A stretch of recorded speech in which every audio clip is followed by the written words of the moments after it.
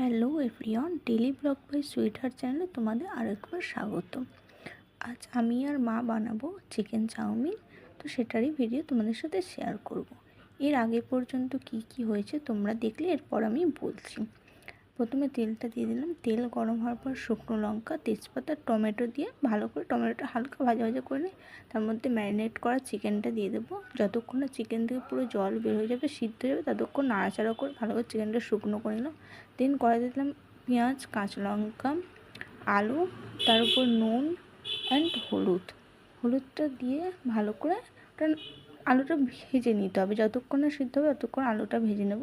দেন ওর উপরে দিয়ে দেবো চাউমিনটা দিয়ে ভালো করে নাড়াচাড়া করে নিয়ে তার উপরে দিয়ে দেবো চিকেনটা দিয়ে হালকা 5-6 মিনিট মতো ভাজলেই আমাদের চিকেন চাউমিন রেডি হয়ে যাবে।